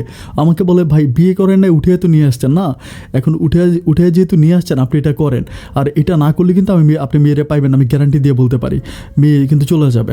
তো সেদিন আমি রাতের বেলায় তার সাথে জোর করে শারীরিক সম্পর্ক করি। অ্যান্ড তখন খুবই কান্না করো, আমাকে বলে যে আমি তোমাকে এত বিশ্বাস করছিলাম, এত ভালোবেসেছিলাম, কিন্তু কখনো বিশ্বাসও করতে পারিনি যে তুমি আমার সাথে এই কাজটা করবা। এত বিশ্বাস ভালোবাসা তুমি এভাবে পায়ে ঠেলে দিলা, আমার প্রতি তোমার এরকম ছিল মায়া মমত্বতা। আমি তখন তারে বলি যে কী করবো বলো, ভালোবাসি তো তোমাকে, তাই না? দেখতে দেখতে সকাল হয়ে যাওয়ার পরে তখন আমার আব্বা আমার মোবাইলে কল দেয়। আমার কল দিয়ে বলতেছে তুই কই? আমি বলেছি আব্বা আমি তো একটু মানে ঢাকাতে আসছিলাম, এটা বলে। আব্বা বলে কোথায় বরিশাল, কোথায় ঢাকা, তুই ঢাকাতে কেন গেছিস? আমি বললাম যে আসছিলাম মানে ক্রিকেট খেলার জন্য, আমি এটা আব্বাকে বলি। আব্বা বলে তুই আমাকে তো কিছু বলে গেলি না, হঠাৎ করে তুই ক্রিকেট খেলতে চলে গেলি? আমি বলেছি আব্বা ক্রিকেট খেলতে আসছে, এখন কী করবো? পরে বলতেছে যে ওদের মাহি কোথায়? আমি বললাম যে মাহি কই, আমি তো জানি না। আমার আব্বা বলতেছে যে দেখ মাহির বাবা মা আমাদের বাড়িতে আসছে মাহিরে খোঁজার জন্য, তুই কি মাহিরে নিয়ে গেছস? আমি বলি যে আব্বা ওর বাবা মায়ের কাছে তো আমি কথা বলি। আব্বা তখন মোবাইলটা ওর বাবার কাছে দেয়, ওর বাবা আমার কাছে খুবই কান্নাকাটি করে। মানে প্রচুর কান্নাকাটি করেছে, তুমি আমার মেয়েটাকে নিছো বাবা, তুমি আমার মেয়েটাকে দিয়ে দাও। আমি তখন বলি যে দেখেন আপনার মেয়েকে আমি কোথায় নিয়ে যাবো, আপনার মেয়ের সাথে আমার কোনো যোগাযোগ নাই। আপনারা যেদিন আমাকে বলছিলেন যে আপনারা আমার কাছে বিয়ে দিবেন না, সেদিনকার পর থেকে আমি আর মাহির সাথে কোনো কথা বলি না। বিশ্বাস করেন মাহি কোথায় গেছে না গেছে এগুলো আমি কিছুই জানি না। আমি ওনার কাছে এভাবে কথাগুলো বলি, কিন্তু উনি আমাকে বলেছে না, তুমি যেহেতু বাড়িতে নাই তুমি মাহিকে নিয়ে গেছো। আমি তখন ওনাকে বলি যে আঙ্কেল আপনি আমাকে ভুল বুঝতেছেন, আসলে আমি মাহিকে নিয়ে যাই না, মাহি কোথায় গেছে আমি এটা জানি না। তো যাই হোক কথাবার্তা বলার পরে লাইন কেটে দিই, কিন্তু মাহিও তখন প্রচুর কান্না করে, মানে প্রচণ্ড রকম কান্না করতে থাকে। ওর কান্নাকাটিতে যেন আসমান বাতাস ভেঙে পড়তেছে। আমি তখন তারে বলি যে দেখো তুমি যতই কান্নাকাটি করো আমি তোমাকে ছাড়তে পারবো না, কারণ আমি তোমাকে ভালোবাসি, তোমাকে ছাড়া আমার কোনো অবস্থায় সম্ভব না। তখনও আমাকে বলতেছে তাহলে তুমি এখন কী করতে চাও? আমি বললাম যে আমি তোমাকে বিয়ে করবো, তুমি আমাকে বিয়ে করবা, বিয়ে করার পরে আমি তোমাকে তোমার বাড়িতে দিয়ে আসবো। আমাকে বলে বিয়ের পরে দিয়ে আসবো? আমি বললাম হ্যাঁ বিয়ের পরে দিয়ে আসবো। ও বলে ঠিক আছে তাহলে বিয়ের ব্যবস্থা করো। আমি বললাম কাজী টাজি আনলে উকিল আনলে তখন পাগলামি করবা না তো? ও বলে যে না পাগলামি কেন করবো, তুমি যেটা করতে বলবো আমি সেটাই করবো। এর পরের দিন আমি একটা কাজীর সাথে কন্ট্রাক্ট করি, মানে আমি কাজীকে সব কিছু বলে রাখি যে এই ঘটনা, কারণ আমি জানি যে ওর কাছে আনলেও পাগলামি করতে পারে, তো কাজীকে আমি আগে বলে রাখি। মানে আমি কাজীর সাথে ওভাবেই কন্ট্রাক্ট করি যে আমি আপনাকে এত টাকা দিব, আপনি আমাকে কাজটা করে দিবেন, কাজীকে আমি বলি। তো বলার পরে কাজী তখন রাজি হয়। রাজি হওয়ার পর আমি তখন কাজীকে নিয়ে আমার বাসায় আসি। বাসায় আসার পরেও কিন্তু পাগলামি করে, মানে রাজি হয় না, মানে এরকম পাগলামি করতে থাকে। একটা পর্যায়ে কাজী তখন বলতেছে যে মানে কাজীও তখন ওকে বুঝে, আমি যেহেতু কাজীকে কন্ট্রাক্ট করে আনছিলাম, কাজী ওকে বুঝায়। বোঝানোর পর তখন আমার ওর সাথে ও বলে যে কাবিন দিতে হবে বেশি। আমি বললাম কত টাকা দিতে হবে? ও বলে অনেক টাকা, 10 লাখ টাকা দিতে হবে, 10 লাখ টাকা না দিলে আমি বিয়ে করবো না। তো তখন আমি বলতে চাই আচ্ছা ঠিক আছে আমি 10 লাখ টাকায় কাবিন দেবো। তো 10 লাখ টাকা কাবিন দিয়ে আমি তাকে বিয়ে করি। অ্যান্ড বিয়ের কাজ কমপ্লিট হওয়ার পরে তখন কাজে চলে যায়। তো তখন আমাকে বলতেছে এখন তুমি আমাকে আমার বাড়িতে দিয়ে আসো। আমি বলি যে তোমাকে আমি তোমার বাড়িতে দিয়ে আসবো, কিন্তু দিয়ে আসলে যদি তুমি আমার কাছে না আসো আরও কয়টা দিন থাকো, এরকম করে আমি তাকে বলি। আমাকে বলে যে দেখো তোমার সাথে আমার কন্ট্রাক্ট হয়েছিল যে বিয়ে হওয়ার পরে তুমি আমাকে আমাদের বাড়িতে দিয়ে আসবা, এখন তুমি দিয়ে আসো তাহলেই তো হয়। আমি বললাম যে না তুমি আরও কয়েকটা দিন থাকো। এরপরে দেখতে দেখতে আরও 3 থেকে 4 দিন কাটে। অ্যান্ড 3-4 দিন পর আমি এলাকা থেকে শুনতেছি মাহির বাবা বিভিন্ন পুলিশ তারপরে মানে অন্য অন্য জায়গায় ডিবি বা রেপ ওদের কাছে হচ্ছে কমপ্লেন জানাইতেছে, এবং উনি বড় বড় রাজনীতি, আমি যেহেতু রাজনীতি করতাম আমার এলাকার বড় বড় লোকদের কাছে আমার নামে কমপ্লেন দিতেছে। মানে মাহির বাবা মা 100% কনফার্ম যে আমি মাহিকে নিয়ে পালাইছি। তো পরে আমি আমার আব্বার সাথে কথা বলি, আমি কী করে ওকে ওইখানে রাইখা আমি তখন মানে ইয়েতে আসি, গ্রামে আসি। গ্রামে আসার পর আমি আমার আব্বার সাথে কথা বলি। আমার আব্বাকে বলি যে আব্বা, মানে আমি আমার আব্বাকে সব কিছু খুলে বলি। মানে আমার আব্বা কিন্তু সবসময় আমার সাপোর্টই ছিল, আমার পক্ষেই ছিল। আমি আব্বাকে বলি, আব্বাকে বলার পর আব্বা তখন বলে যে তুই কী করলি? এবং আব্বা এছাড়া আমার কাছে দ্বিতীয় কোনো রাস্তা খোলা ছিল না, আমি তো ওরে পাইতাম না, ওর বাবা ওরে অন্য কাছে বিয়ে দিয়ে দিত। আমি তো মেয়েটাকে অনেক ভালোবাসি, অ্যান্ড ওকে ভালোবেসে আমি কাজগুলো করছি, আমি বিয়েও করছি। এখন বাবা তুমি যদি সাহায্য সহযোগিতা করো তাহলে আমি সব কিছু করতে পারবো। আমার বাবা তখন বলতেছে যে এই কাজটা করে ঠিক করছিস। এখন আমি বলি যে আব্বা এখন আমি কী করবো তুমি আমারে বলো। তো আব্বা বলেছে ঠিক আছে এটা আমি একটা ব্যবস্থা করবো, যেহেতু ওর বাবা এখনও আইনিভাবে যদি মানে পুরোপুরিভাবে চলে যায় তাহলে কিন্তু খারাপ হয়ে যাবে। ওর বাবা কিন্তু মানে থানাতে তারপরে র্যাব ওইগুলোতে দৌড়াইতেছে। তো একটা কাজ কর, এর আগেই তুই মাহিকে নিয়ে আমার বাড়িতে চলে আয়, মাহিকে নিয়ে তুই বাড়িতে চলে আসলে এরপর আমি একটা ব্যবস্থা করবো। এরপর আমি মাহিকে বলি যে মাহি তুমি আমার সাথে চলো, মাহিকে নিয়ে আমি আমাদের বাড়িতে উঠি। তখন কিন্তু মাহি মোটামুটি আমার পক্ষে চলে আসে, মানে আমার পক্ষে চলে আসে। আমার বাড়িতে ওঠার পরে মাহির বাবা মা ব্যাপারগুলো জানতে পারার পরে মাহির বাবা মা তারপর ওই এলাকার আরও চেয়ারম্যানকে নিয়ে আমাদের বাড়িতে আসে। আমাদের বাড়িতে আসার পরে প্রচুর পরিমাণ পাগলামি করে মাহির বাবা, মানে থানাতে ফোন করে পুলিশ নিয়ে আসবে এগুলো। তো আমার বাবা কিন্তু মাহির বাবাকে খুব বোঝায় যে ভাই দেখেন আসলে ছেলে মেয়ে রিলেশন করছে বা ওরা পালায়ে গেছে, তো এখন তো এটা নিয়ে মানে মাহি কিন্তু তখন একেবারে চুপ হয়ে যায়। মাহি তখন আর ওইটা কারো কাছে বলে না যে মানে আমি ওরা জোর করে মানে নিয়ে গেছি, এটা কিন্তু বলে না। ও তখন একেবারে চুপ থাকে, ও তখন একেবারে চুপচাপ নীরবতা পালন করে। তো ওর বাবা মা তখন খুব পাগলামি করার পরে আমার গ্রামের মানুষগুলো ওর বাবা মাকে বুঝায়, এবং ওদের গ্রামের যে চেয়ারম্যান ছিল ওই চেয়ারম্যানও বুঝায় যে আপনার মেয়ে চলে গেছে, ছেলেকে বিয়ে করে ফেলছে, এখন তো পাগলামি করে লাভ নাই। তো একটা পর্যায়ে শেষ পর্যন্ত মাহির বাবা মা মেনে নেয়, কিন্তু মেনে নেওয়ার পর ওর বাবা মার একটা শর্ত আছে যে তারা মানে একটা অনুষ্ঠান করবে, যেহেতু ওনার বড় মেয়ে, উনি বলতেছে যে আমার বড় মেয়ে আমি একটা ছোটোখাটো অনুষ্ঠান করব। এরপর উনি একটা অনুষ্ঠান করে পারিবারিকভাবে অনেক মানুষজন দাওয়াত দিয়ে মানে একেবারে ঘরোয়াভাবে একটা অনেক ভালো অনুষ্ঠান করে। তো অনুষ্ঠান কমপ্লিট করে তো আলহামদুলিল্লাহ আমার বিয়েটা সম্পূর্ণ হয়। আমার বিয়ের কাজটা যখন পরিপূর্ণ হয় তখন আমার মাঝে একটা অন্যরকম সুখ আসে। মানে আমি চিন্তা করতে থাকি যে যত কিছু যাই হোক আল্লাহ আমাকে শেষ পর্যন্ত আমার মাহিকে দিছে। আমি কখনো এটা চিন্তাও করতে পারিনি যে আমি মাহিকে পাবো এটা আমি কখনো স্বপ্নেও চিন্তা করি নাই। আমার কথা হচ্ছে আমি যেহেতু মাহিকে পাইছি, আমার দ্বিতীয়ভাবে আমার আল্লাহর কাছে আর কোনো কিছু চাওয়ার নাই। তো আমার এই বন্ধু সবাই আমাকে নিয়ে, যেমন আমার বন্ধু জনি, ও আমার বলে যে দেখ সালা তুই আসলেই কঠিন একটা জিনিস, তুমি এটারে পটাই ফেললি কেমনি কী করে ফেললি। মানে আমার কাছে মনে হচ্ছে আমি 7 সাগর 13 নদী পাড়ি দিয়া আমি জয় হয়ে গেছি। করতেছি, আমি ভালোবাসার মানুষরা পাইছি। এরপর আমি পরিবারের সাথে খুব ভালোভাবে মিশে আছি। আমি আমার আব্বার দোকানে গিয়ে বসি, আব্বাকে হেল্প করে, আব্বাকে সহযোগিতা করি, মাহিদের বাড়িতে যাই, মাহি আমাদের বাড়িতে আসে। মানে খুবই মধুর সম্পর্ক দুজনের মাঝে, মানে মধুর সম্পর্ক। তারপরে পারিবারিকভাবে মাহির বাবা, মাহির মা, তারপর আমার আব্বা আম্মা, মানে সবাই খুবই ক্লোজ। দিনগুলো এভাবে সামনের দিকে অতিবাহিত হচ্ছিল। এর মাঝে আমি মাহিকে নিয়ে বিভিন্ন জায়গায় ঘুরতেও যাই। যেমন মাহিকে নিয়ে আমি কক্সবাজার গেছিলাম, কক্সবাজার ঘুরতে গেছিলাম। আমাদের এখানে আবার বরিশালে মিনি কক্সবাজার আছে, ওই মিনি কক্সবাজার গিয়েছিলাম।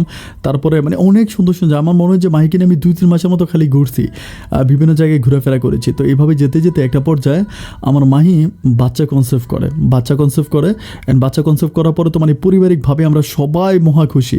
আমার আব্বা আম্মা থেকে শুরু করে মোটামুটি সবাই মহা খুশি। এবং এটার পরে তো তারপরে এভাবে ও বাচ্চা হবে। তো আমি তো মানে আল্লাহর কাছে প্রার্থনা করতেছি যে আল্লাহ, তোমার কাছে আমার আর কিছু চাওয়ার নাই, আমি তোমার কাছে এই একটা জিনিসই চেয়েছিলাম যে তুমি আমাকে এটা দিবা। তো যাই হোক এইভাবে দিনগুলো যাচ্ছে। তো যাইতে যেতে একটা পর্যায়ে মাহি করে কি যে মাহি ওর প্রায় বাচ্চা 9 মাস পরে, এটা 9 মাস পর ওর পেটে প্রচণ্ড রকম ব্যথা হয়। এত পরিমাণ ব্যথা, ব্যথায় পুরো চিল্লাইতে আছে, কাতরাইতে আছে। তো কাতরাইতেছে, আমি তাকে সাথে হচ্ছে ডাক্তারের কাছে নিয়ে যাই। আমাদের বরিশালে ওখানে ডাক্তারের কাছে নিয়ে যায়। ডাক্তার ডাক্তার ওকে বলতেছে যে বাচ্চার অবস্থা খুবই খারাপ। বাচ্চা তখন ডাক্তার বলছে বাচ্চা হয়ে যাবে। তো বাচ্চা হয়ে যাবে বলে অ্যান্ড একটা বাচ্চা হয়, একটা ছেলে বাচ্চা হয়। অ্যান্ড ছেলে বাবুটা হওয়ার পরে ডাক্তার বলতেছে যে বাচ্চাটা মারা গেছে, ওর একটা মৃত বাচ্চা হয়। তো হওয়ার পর ও তখন মানসিকভাবে খুবই ভেঙে পড়ে, প্রচণ্ড রকম ভেঙে পড়ে, খুবই মন খারাপ করে থাকে। তো যাই হোক বাড়িতে আসার পরেও কারোর সাথে অতটা কথা বলে না, সবসময় গম্ভীর হয়ে থাকে, কান্নাকাটি করে। তো আমি তখন বুঝতে পারিনি যে আসলে কী করবো, এটা তো আসলে কিছু করার নাই, যেহেতু আল্লাহ দেয় নাই বা আল্লাহর যেটা ভালো মনে করছে আল্লাহ সেটাই করছে, এখন তো কিছু করতে পারবো না। তো আমার আব্বা আম্মা তারপরে আমাদের পরিবারের সবাই ওকে বুঝায় যে মা কান্নাকাটি করো না, আসলে কান্নাকাটি করে তো কোনো লাভ নাই, আল্লাহ যেটা ভালো মনে করেছে আল্লাহ সেটাই করেছে। তো এইভাবে দিনগুলো কাটতেছে। আমার মানসিকভাবে আমি একটু ভেঙে পড়ি, বিপর্যয় হয়ে পড়ি। তো এইভাবে দিন কাটতে কাটতে আমার যে একটা বন্ধু আছে জনি একদিন আমাকে বলতেছে যে বলে যে মিরাজ, তোর একটা কথা বলি, তুই কিছু মনে করিস না। আমার এইভাবে বলে, আমি বলি যে না, মনে করবো না। বলে যে তুই তো পাগলামি করে মাহিরে বিয়ে করে ফেললি, আসলে মাহিরে বিয়ে করছিস কিন্তু মাহির ক্যারেক্টার অতটা ভালো না। আমি তখন বললেন যে 1 বছরের উপরে মাহির সাথে আমি সংসার করি, মাহির ক্যারেক্টার ভালো না, এটা তুই আমার কেমনে বলতেছস? ওরে আমি এটা বলি। তো আমরা বলে যে মাহির ক্যারেক্টার আসলে ভালো না। আমি বলি যে দেখ, এটা তুই কেমন কথা বলতেছস যে মাহির ক্যারেক্টার ভালো না? আমরা বলে যে তুই যদি বিশ্বাস না করিস আমি তোর প্রমাণ দিতে পারবো। আমি বললাম যে দেখ, আমি তোর কাছে কোনো প্রমাণ চাই না, তুই আমার বউয়ের ক্যারেক্টার নিয়ে কথা বলিস। অ্যান্ড ওটা নিয়ে ও তখনও বলে যে ও বলে আচ্ছা ঠিক আছে, তুই সময় হলে বুঝতে পারবি। এভাবে আরও 2-3 দিন কাটে। 2 দিন কাটার পর আমি দেখছি আমাদের এলাকার অন্য ছেলেগুলো আমাকে সেম কথাই বলে যে আমার বউয়ের ক্যারেক্টার নাকি ভালো না, আমার বউর চরিত্র ভালো না, আমার বউ বিভিন্ন ছেলেদের সাথে কথা বলে। আমাদের গ্রামের মোটামুটি প্রায় সব মানুষগুলো এই কথাগুলো বলে, ফোনে নাকি বিভিন্ন ছেলেদের সাথে কথা বলে আর বিভিন্ন ছেলের সাথে ফ্লট করে, এগুলো বলে। তো আমি কিন্তু ওর মোবাইল চেক করি, মাহির মোবাইল চেক করি, বাট মোবাইলে আমি তেমন কিছুই পাই না, কোনো নাম্বার পাই না, কোনো কিছুই পাই না। তো তখন আমার মাঝেও খুব কষ্ট লাগে যে কেন সবাই বলবে, অ্যান্ড 10 জনে যা বলে তাই তো ঘটে, তাই না? যা কিছু রটে তা কিছু না কিছু বটে। তো তখন আমার কাছে খুব খারাপ লাগে। আমি তখন জনের বলি যে জনি, আমি আমার বউটারে এত ভালোবাসি, অ্যান্ড তুই তো জানিস যে কত কষ্ট করে আমি আমার বউটারে পাইছি, তাহলে তুই এই কথাগুলো কেন বলতেছিস যে ওর অন্য কোথাও রিলেশন আছে? তখন জনি আমার বলতেছে, আরে অন্য কোথাও তো, অন্যের কথা বাদ দে, তোর বউ তো আমার সাথে রিলেশন করে। আমি তখন বলি যে কী বললি, আমার বউ তোর সাথে রিলেশন করে? ও বলে যে তোর বউ আমার সাথে রিলেশন করে, এটা কি তুই বিশ্বাস করস না? আমি বললাম যে কীভাবে বিশ্বাস করবো, এটা কি বিশ্বাস করার মতো কথা? ও বলে যে তুই প্রমাণ চাস? আমি বললাম যে অবশ্যই প্রমাণ চাই। ও বলে ঠিক আছে, আজকে রাতে আমি তোর প্রমাণ দিব। আমি বললাম আজকে রাতে প্রমাণ দিব? ও বলে আজকে রাতে। ও বলে তুই তোর বউর সাথে ঘুমাবি না? আমি বললাম হ্যাঁ ঘুমাবো। তখন ও বলে তুই রাতের বেলায় তোর বউ দেখবে আমার কাছে চলে আসবে তোদের ঘরের পিছনে, আমাদের ঘরের পিছনে একটা বাগানের মতো আছে, অনেক বড় একটা কলার বাগান। তো বলে যে কলার বাগানে তোর বউ আমার কাছে আসবে, ঠিক আছে তুই খেয়াল রাখিস। তাই বললাম আচ্ছা ঠিক আছে। তো ঠিক আছে, আমি তার সাথে রাতের বেলায় ঘুমাই। আমি কিন্তু ঘুমের ভাঙ ধরে থাকি। ও আমাকে বলে যে আমার বন্ধু জনি বলে যে রাত 1টার দিকে, ঠিক রাত 1টার দিকে ওর মোবাইলে একটা কল আসে। আমি কিন্তু ঘুমের ভাঙ ধরে থাকি, ঘুমাচ্ছি না। তো কল আসার পর ও মোবাইলটা রিসিভ করে ও তখন ঘর থেকে সোজা বেরিয়ে যাওয়ার পর আমি তখন আমার তখন এত বেশি খারাপ লাগে, কিছু কোথায় গেল, আমি ওরা খুঁজতে থাকি। ও তখন বেরিয়ে যাওয়ার পর আমি তখন খুঁজতে থাকি। আমি বাইরে 2-3 বার খুব জোরে ডাক দেয়, মাহি বলে ডাক দেওয়ার পর তখন কলাবাগান থেকেও বেরিয়ে আসে। কলাবাগান থেকে বেরিয়ে আসার পর ও বলে যে কি? আমি বললাম ওইখানে কেন গেছিলা? পরে বলতেছে যে আব্বা কল দিছিল, আব্বার সাথে কথা বলতে। আমি বললাম যে তোমার আব্বা তো রাতের বেলায় তোমাকে কল দিছে, তুমি এগুলো কী বলতেছো? আমি তখন ও বলে যে তুমি আমাকে সন্দেহ করো, ও কী বলবে, ও বুঝতে পারতেছে না, যোগে কোনটা বলবে। আমি তখন বলি যে আস্তাগফিরুল্লাহ, মাহি তুমি এগুলো কী করতেছো? আমি তখন তার কিছুই বলি না। আচ্ছা, আমি আরেকটা ব্যাপারে এখানে বলে গেছি, আমার বন্ধু কিন্তু আমাকে বলছিল যে তোর বউ যে আমার কাছে আছে এটা তো কিন্তু তোর মাথায় হাত দিয়ে বলতে হবে, তোর বউকে তুই কিছু বলতে পারবি না, যে তোর বউ আমার কাছে আছে সেটা তুই জিজ্ঞেস করতে পারবি না। তখন আমি আমার মানে জনের সামনে মাথা হাত দিয়ে শপথ করি যে ঠিক আছে, আমি আমার বউকে কিছুই বলবো না। তো যাই হোক, এরপর ওই রাত কেটে যায়। পরের দিন সকালবেলা জনি আমার বলতেছে, কী রে, তোরে বলছিলাম না যে তোর বউ এরকম এরকম। তখন আমার সংসারিক জীবনে প্রচুর পরিমাণ ঝামেলা লেগে যায়। আমি তখন আর মাহির সাথে কথা বলি না, মানে আমি খাওয়া দাওয়া করি না, ঘুমাই না, খুবই পাগলামি করতে থাকি, মানে প্রচুর পরিমাণ পাগলামি করি। আমার তখন কোনো কিছুই ভালো লাগে না। আমার আব্বা আমাকে বোঝে যে কী হয়েছে রে, আমি বলি যে আব্বা আমার কাছে কোনো কিছু বলি না। তখন আমি 100% কনফার্ম হই যে আমার বউ আমার এলাকার সব মানুষের সাথে কথা বলে। আমি তখন মনে বুঝাই যে এত কষ্টের পর আমি তারা পাইছি, তার জন্য আমি কী না করছি, এত ত্যাগ স্বীকার করলাম, এত কষ্ট করলাম, এত কষ্টের বিনিময়ে তারা পাইলাম, অ্যান্ড সবশেষ বুঝে আমার কপালে এটা আছে অ্যান্ড সে আমার সাথে এই কাজটা করবে। আমি তখন মানসিকভাবে প্রচুর পরিমাণ ভেঙে পড়ি। তো এইভাবে প্রায় আর 1 সপ্তাহের মতো কাটে। অ্যান্ড 1 সপ্তাহ পরে আমার জনি বন্ধু আমার বলতেছে, তোর বউ কিন্তু আজকে রাতে আবারও আমার কাছে আসবে, আমারে কল দিছে। আমি তখন বলি, কী বলতেছস, তোর কাছে আসবে? বলে হ্যাঁ, আমার কাছে আসবে। তো ঠিক আছে, আজকে রাতে আবারও আসবে মামা, যদি পারস কিছু করিস। তো এটা বলার পর তখন আমি বলি যে না, এটা আর হতে পারে না, আজকে রাতে আমি ওকে হাতে নাতে ধরবো, মানে আমি মাহিরা হাতে নাতে ধরবো, এরকম একটা মানে আমি বলি যে আচ্ছা ঠিক আছে। আমি বলি কয়টার দিকে? ও বলে তোর আমার বউ আমাদের ফোন করে, আমি ফোন করলেও চলে আসবে। তাই আমি বললাম যে আচ্ছা ঠিক আছে। তো আমি কিন্তু আর মানে জনের কিছুই বলি না, কারণ জনি আমার বলে যে দেখ, আমার সাথে না তোর বউ এরকম অনেক, আমাদের এলাকার অনেক ছেলের সাথে তোর বউ এরকম সম্পর্ক করে। আমি তখন বলতেছি যে আচ্ছা ঠিক আছে, আজকে আমি ওকে হাতে নাতে ধরবো, হাতে নাতে শিক্ষা দিব। যাই হোক, যথারীতি আমি ওর সাথে ঘুমিয়ে আসি রাতের বেলায় ঘুমিয়ে থাকা অবস্থায় প্রায় 12:30টার দিকে ও তখন মানে জনি তখন কল ধরো মোবাইলে, কল দেওয়ার পর কলটা রিসিভ করে, প্রথম কেটে দেয়, 2-3 বার কল দেওয়ার পর রিসিভ করে। অ্যান্ড রিসিভ করার পরে তখন ও ঠিক ওইভাবে ওই দিন যেভাবে ঘর থেকে বেরিয়েছিল আজকেও সেমভাবে ঘরের দরজাটা খুলে আস্তে করে বেরিয়ে যায়। যখন বেরিয়ে যায় তখন বেরিয়ে ও তখন ওইদিকে চলে যায়। আমি তখন আমার আব্বা আম্মাকে ডাকি, আমার আব্বা আমাকে ঘুম থেকে উঠে বলতেছে যে যা, আমার আব্বাকে বলেছে আব্বা এই ঘটনা। আব্বা তখন আমাকে বলতেছে পাগলামি করিস না, তুই মানে একটু বোঝার জন্য ট্রাই কর, এগুলো আমার আব্বা আমাকে বলে। আমি বলি যে না, বুঝবো কি, মানে এখানে বুঝার তো কিছু না। আমি তখন আমার আব্বা আম্মাকে নিয়ে ওরে ধরার জন্য যাই। তো যখন আমি বাগানের ভিতরে লাইট টিপ দেয় আমি বলি যে যখন জোরে ডাক দেয় মাহি, বাট মাহি বলে ডাক দেওয়ার পর আমি যেটা বুঝতে পারি যে আমাদের গ্রামের প্রায় সব ইয়াং বয়সী ছেলেরা, মানে মোটামুটি সব ইয়াং বয়সী ছেলেরা ওই মানে বাগানের আশেপাশে। তখন সবাই এসে বলতেছে এই ছুটে বলে দৌড়ে যেতেছে। অ্যান্ড সবাই দৌড়ে গিয়ে মাহিকে আর আমার বন্ধু জনিকে মানে বাগানের ভিতরে ধরার পরে মানে ওরা এমনভাবে ছিলে যে গ্রামের সব মানুষ চলে আসে। তো ধরার পরে তখন বলতেছে যে মানে সবাই বলতেছে যে মিরাজ ভাইয়ের বউরে আর হচ্ছে জনিরে বাগানে ধরছি, মানে সবাই, আমি যখন সবাই আমাকে জিজ্ঞেস করে আমি তখন কোনো কিছুই বলি না। তো একটা পর্যায়ে যাই হোক মানে ওরে ঘরে আনার পর তো প্রচুর পরিমাণ বিপাকে পড়ে যায়। ও তখন কোনো কথাই বলে না, খালি কান্নাকাটি করে, মানে সারাটা রাতও কাঁদে। সকালবেলা আমি ওর আব্বা আম্মাকে খবর দিই, খবর দেওয়ার পর আমি বলি যে আপনাদের মেয়ের এই ঘটনা, আপনারা আপনাদের মেয়ের বিচার করেন।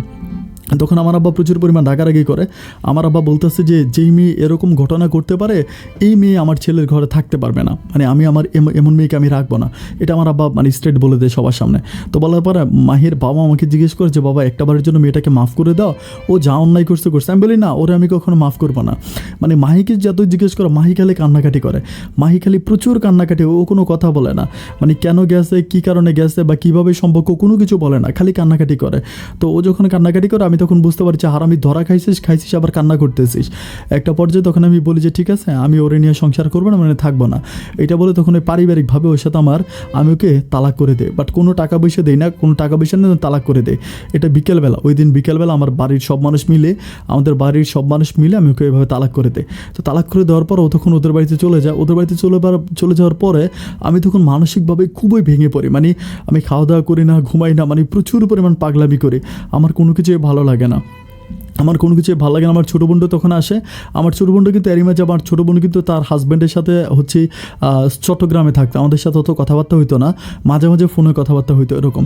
তো ছোটো বোনটাও আইসা ছোটো বোনটা আমাকে বুঝা আমার কোনো কিছুই ভালো লাগতেছে না, আমি তখন মানে কোনো কিছুই করি না। আমি আমার ওই ছোটো বোনের শ্বশুর বাড়িতে চলে যাই, মানে আমার শ্বশুর বাড়ি বলতে আমার ছোটো বোন যার স্বামীকে নিয়ে যে কক্সবাজার থাকে, চট্টগ্রামে থাকে, আমি চট্টগ্রামে চলে যাই। চট্টগ্রামে গিয়ে আমি তখন ওইখানে একটা চাকরি করি। আর তখন আর আমি আমার পরিবারে কারোর সাথে কথা বলি না, আমার ছোটো বোনের ওইখানে গিয়ে থাকতেছি, কিন্তু ওভাবে আমার দিনগুলো কাটতেছে। প্রায় আরও 1 থেকে 1.5 মাস পরে আমার ছোটো বোন আমাকে বলতেছে যে ভাইয়া একটা ব্যাপার কিছুই বুঝতে পারতেছি না যে যে মাহির জন্য তুমি এত কিছু করলা বা মাহি তোমার জন্য এত কিছু করলো, এত কিছুর পর তোমাদের বিয়েটা হইলো, কিন্তু এরপরে এই ঘটনাটা কিভাবে ঘটলো। আমি তখন আমার ছোটো বোনকে বলি যে দেখ, জনির সাথে ওর রিলেশন কিন্তু আগ থেকেই ছিল, আমি কিন্তু জনির মোবাইলে ওর ছবি প্রথমে দেখছি, অ্যান্ড এটা কিন্তু জনির কোনো দোষ নাই, ওই কিন্তু জনির কাছে যাইতো, জনি ফোন দিলেও চলে যেত, আমি নিজে মানে ঘরে সাক্ষী। তখন আমাকে আমার ছোটো বোন বলতেছে জনি ভাইকে ওকে চিনে। আমি বললাম যে আমি ওর সাথে রিলেশন করার আগ থেকে জনি ভাই ওকে চিনে। আমার বোন বলতেছে যে ভাইয়া আমি মেয়েটার সাথে রাতের বেলায় মানে আমি মেয়েটার সাথে ওদের বাড়িতে গেছি, ওর সাথে কথা বলছি, কিন্তু আমার কাছে মনে হয় না যে মানে মেয়েটা এতটা খারাপ। আমার কাছে মনে হয় এখানে ভাইয়া তোমার কোনো মিস আন্ডারস্ট্যান্ডিং আছে, এটা আমার বোন বলে। আমি তখন আমার বোনকে বলি যে মিস আন্ডারস্ট্যান্ডিং, তুই মিস আন্ডারস্ট্যান্ডিং কী বলতে আসছ? যেটা আমি নিজের চোখে দেখলাম এটা কি মিস আন্ডারস্ট্যান্ডিং? আমি নিজের চোখে দেখলাম ও ঘর থেকে বেরিয়ে গেছে, ওরে গ্রামের সব মানুষ মিলে ধরছে। আমার বোন বলে না তারপরও একটা ঘটনা ওইখানে আছে, আচ্ছা আমি কি একটু মানে ভাবির সাথে কথা বলতে পারি? আমার বোন বলে। আমি বলি এই মেয়ে কি এখন আমার মানে এখনও কেউ আমার তোর কি ভাবি আছে নাকি? আমার বোন বলতেছে ভাইয়া পাগলামি করো না, আমাকে একটু কথা বলতে দাও, আমি একটু ওর সাথে কথা বলি, আমি কথা বললে অনেকগুলো ব্যাপার আমি বুঝতে পারবো। আমি তখন বলি যে তোর কথা বলতে মন চাইলে তুই কথা বল, বাট আমাকে কথা বলার জন্য বলিস না, আমি ওই বেয়াদব মেয়ের সাথে আর কোনোদিনও কথা বলবো না। আমার বোন তখন মানে ওর নাম্বারে কল তো নাম্বারটা বন্ধ থাকার পর আমার বোন বলতেছে আমি একটু বাড়িতে যাব। আমার বলতেছে যে তুমি থাকো আমি একটু বাড়িতে যাব। তো আমার বোন তখন কী করে, মানে আমার ওই যে আমার বোন জামাই আচ্ছা এর মাঝে আমার বোনের ঘরে কিন্তু একটা মেয়েও হয়, একটা মেয়ে সন্তান হয়। আমার বোন তার মেয়ে সন্তানটাকে নিয়ে আর আমাকে আর আমার মানে ওর জামাইকে ঘরে রেখা বাসায় রেখে ও তখন বরিশালে যায়। বরিশালে যাওয়ার পরে ও প্রায় এক সপ্তাহের মতো বরিশালে থাকে। বরিশালে থাকার পর তখন বরিশাল থেকে আসার পরে আমাদের বাসায় আসার পরে ও খুবই কান্না করে, মানে আমার বোন এত কান্না করে। আমি বলি যে কী ব্যাপার তুই কান্না করতেছিস কেন, কী হয়েছে? আমার বোন বলে যে না ভাইয়া একটা মানে তোমাকে কীভাবে বলবো বুঝতে পারতেছি না, তুমি কিন্তু একটা মারাত্মক ভুল করে ফেলছো। আমি বললাম ভুল মালি? বলে যে একটা মারাত্মক ভুল করছো, আমি কিন্তু ভাবির সাথে কথা বলে আসছি, মানে আমি কিন্তু মাহির সাথে কথা বলে আসছি। আমার বোন বলে। আমি তখন বলি যে আমি ভুল করছি, তুই মাহির সাথে কথা বলছিস, আমি তোর কথা কিন্তু কোনো কিছুই বুঝতে পারতেছি না, তুই আমাকে বুঝিয়ে বল। আমার বোন তখন বলতেছে ভাইয়া এখানে পুরোটা তুমি ভাবিকে ভুল বুঝছো, আর এখানে ঘটনাটা ঘটাইছে সম্পূর্ণ জনি ভাই ইচ্ছে করে তোমাদের সংসারটা নষ্ট করছে। আমি বলি কেন? আমার বোন বলতেছে যে জনি ভাই তো ভাবিকে আগে পছন্দ করতো না। আমি বলি হ্যাঁ করতো। বলে যে ভাবিকে যেহেতু জনি ভাই পছন্দ করতো, জনি ভাইয়ের প্রস্তাবে ভাবি রাজি হয় নাই, অ্যান্ড তোমার প্রস্তাবে রাজি হয়েছে, এটা নিয়ে কিন্তু জনি ভাই ভাবির উপরে খুব ক্ষিপ্ত, অ্যান্ড জনি ভাই ঘটনাগুলো ঘটাইছে। আমি বলছি কীভাবে ঘটাইছে তুই আমাকে খুলে বল।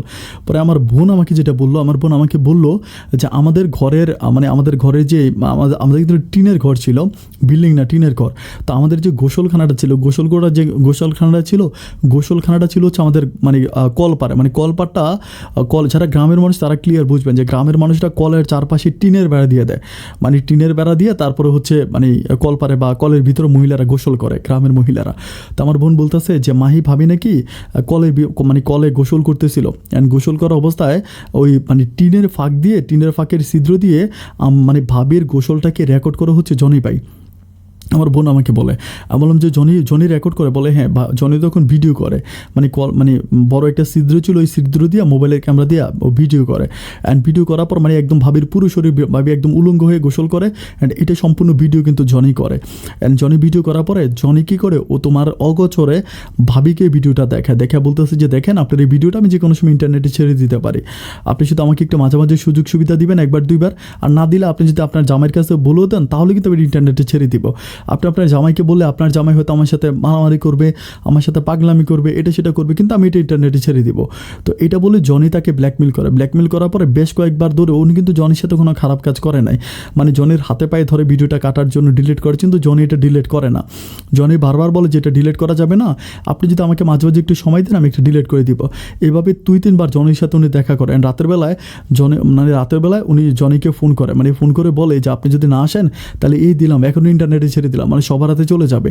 এটা বলে তখন মানে বারবার ভাবিকে ব্ল্যাকমেল করে, অ্যান্ড ভাবি তখন মানে জনির সাথে কথা বলার জন্য এখানে যায়, খারাপ কোনো কাজ করার জন্য যায় না। তো যেদিন তুমি ভাবির ওইখানে যায় ধরছিল, ওই দিন ভাবি জনির সাথে কথা বলতেছিল, আর তোমাকে জনি ভাই ফোন করে যেভাবে মানে তোমাকে যেভাবে বলছে সেমভাবে তোমাকে বলছে, জনি তার গ্রামের মানে আমাদের গ্রামের সবগুলো ছেলেকে ঠিক করে রাখছে, যাতে তুমি যখন ধরতে যাবা সবগুলো ছেলে এসে যাতে তাদেরকে ওইখানে ধরে, মানে জনি ভাই চাচ্ছিল যে কোনো সময় যাতে তোমাদের এই সংসারটা ভেঙে যায়। এটা জনিবের চালাকি ছিল। আমি তখন মানে চিন্তা করে দেখলাম যে আমার বোন যে কথাগুলো বলছে, আমার বোনের কথাগুলো কিন্তু ঠিক আছে, কারণ ও জনির সাথে ওইখানে দেখা করতে গেছে, এটা জনি জানে, আমি জানি, আর আমি আমার আব্বা আমাকে জানাইছি। তাহলে গ্রামের মানে আমাদের গ্রামে দূর দূরান্ত থেকে মানে ছেলের ওইখানে কীভাবে আসছে? আমি যখন ওকে ধরতে যাই তখন কিন্তু আমাদের গ্রামের সবগুলো ছেলে ওইখানে, মানে একদম সবগুলো ছেলে ওইখানে। তখন আমি খবর পাই যে ব্যাপারটা হয়তো এরকম হতে পারে। অ্যান্ড তখন আমি কী করি, মানে ওই চিটং থেকে আমি তখন বরিশালে আসি। আমার বোনের কথা শুনে বরিশালে এসে যখন আমি আমাদের গ্রামের ছেলেগুলোকে ধরি, অন্য ছেলেগুলোকে, জনেকে না, অন্য ছেলেগুলোকে যখন আমি ধরার পর আমি যখন জিজ্ঞেস করেছি তো আমার সত্য কথা বল, তখন তারা আমার বলে যে ভাই রাতের বেলা জনিবে আমাদেরকে ওই জায়গায় ওই সময় যাইতে বলছে।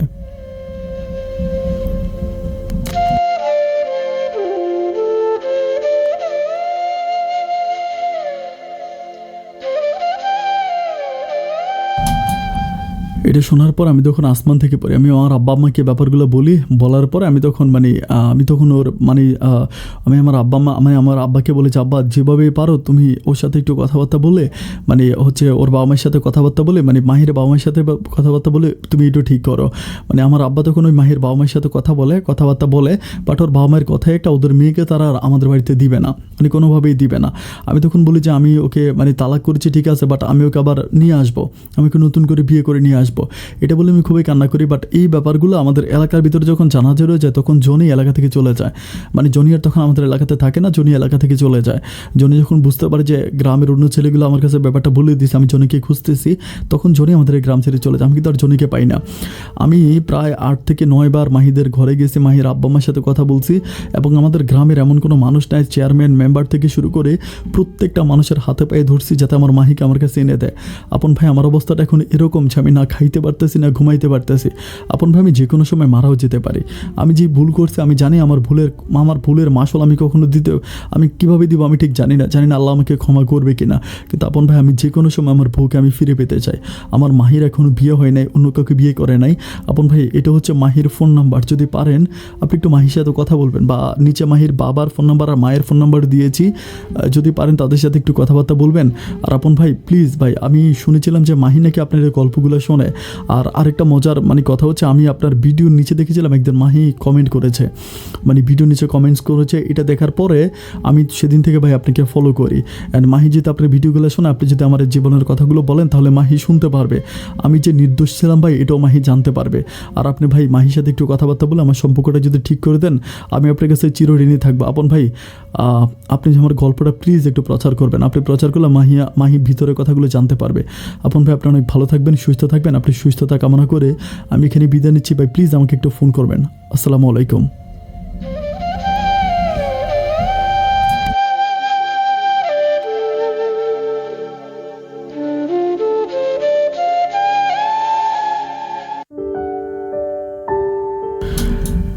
সম্মানিত বন্ধুগণ, যেখান থেকে এতক্ষণ পর্যন্ত আমার সাথে ধৈর্য ধারণ করেছিলেন সবাইকে অনেক বেশি ধন্যবাদ জানাচ্ছি।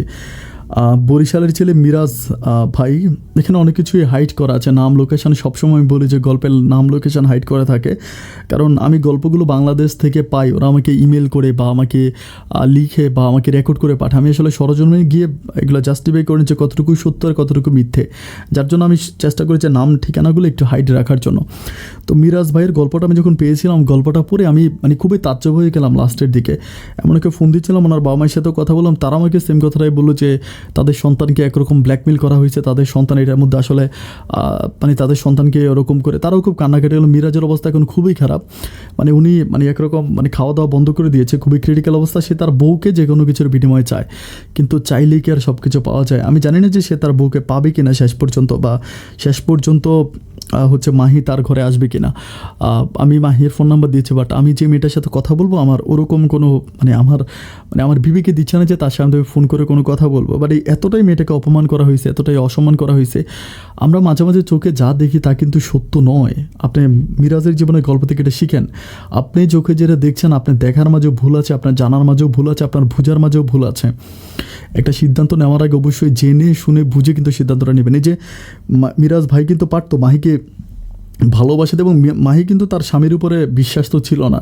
মাহি যদি তার স্বামীর উপরে বিশ্বাস থাকতো, মাহি কিন্তু ব্যাপারটা বলে দিতে পারতো যে তোমার বন্ধু এই ঘটনাগুলো করছে। মাহি কিন্তু তার স্বামীকে বিশ্বাস করতো না, মিরাজকে বিশ্বাস করতো না। মানে মিরাজ তো আগেই মাহির সাথে অনেক রকম ঘটনা ঘটাই রাখছে। মাহিকে ঘর থেকে মানে একরকম বন্দি করে নিয়ে গেছে, জোর করে বিয়ে করছে, অনেক কিছু করছে, জোর করে দর্শন করছে। এটাকে আমি বলবো যে জোর করে দর্শন করছে। তো এরপরে মিরাজের উপর আর বিশ্বাস থাকতে পারে না, এটা স্বাভাবিক, এটা যে কোনো মেয়ের ক্ষেত্রে হবে। এরপরে সে আর মিরাজকে বিশ্বাস করতে পারে না যে মিরাজকে বলে মিরাজ বিশ্বাস করবে, বা এটা সে মনে করে না। যার জন্য সে শেষ পর্যন্ত বারবার জনির কাছে গেল। অ্যান্ড জনির মতো বন্ধু কিন্তু বাংলাদেশের প্রত্যেকটা ঘরে ঘরে আছে। আপনার আমার এরকম বন্ধুরা কিন্তু থেকে থাকে, যারা সুই হয়ে ঢুকে ফাল হয়ে বের হয়। বন্ধুগণ, আজকের পর থেকে কান কথা কোনোভাবেই শুনবেন না। আর যারা আপনাকে কান পড়া দিচ্ছে তাদের কথাগুলো একটু ভালোভাবে চিন্তা করবেন যে আপনার কাছে কোন স্বার্থে এই কথাগুলো সে বলতেছে। অবশ্যই তার কোনো একটা স্বার্থ আছে, এটা জেনে শুনে বুঝে কাজ করবেন। যাই হোক, আমি আর ভিডিও দীর্ঘায়িত করবো না। সবাই অনেক ভালো থাকবেন, সুস্থ থাকবেন। আপনাদের সুস্থ থাকার প্রত্যাশা আমি আজকের মধ্যে এখানে বিদায় নিচ্ছি। অন্য কোনো দিন অন্য কারো জীবনের গল্প নিয়ে, জীবনের গল্প এই অনুষ্ঠানে আমি আবারও হাজির হয়ে যাব। এই পর্যন্ত সবাই ভালো থাকবেন, সুস্থ থাকবেন, এই শুভকামনায় আজকের মধ্যে এখানে বিদায়। আল্লাহ হাফেজ।